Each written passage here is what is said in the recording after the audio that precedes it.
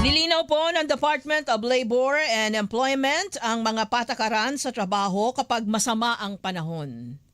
Ayon po sa Labor Advisory No. 14 na nilagdaan ni Labor Secretary Francis Tolentino, maaaring tumangging pumasok.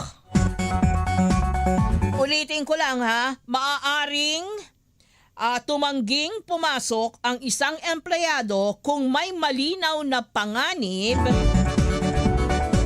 sa kanyang kaligtasan dahil sa masamang panahon. Gayon paman, hindi maaaring patawan ng administrative sanction ang empleyadong hindi pumasok dahil sa ganitong sitwasyon. Pero ang paalala ng DOLE, ayun na nga. No work, no pay policy.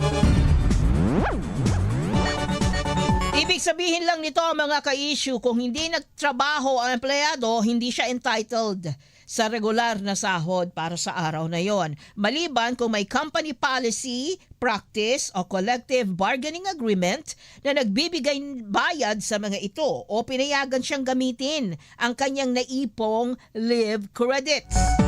Kung pumasok naman ang empleyado at mahigit 6 na oras siyang nagtrabaho, makatatanggap siya ng buong regular na sahod. Kung mas mababa sa 6 na oras ang kanyang nirender o ipinasok sa trabaho, proportionate lamang sa oras na pinasok ang kanyang matatanggap. Samantala, sinabi ng DOLE na nasa prerogative pa rin ang mga pribadong employer kung magsususpindi sila ng trabaho dahil sa masamang panahon.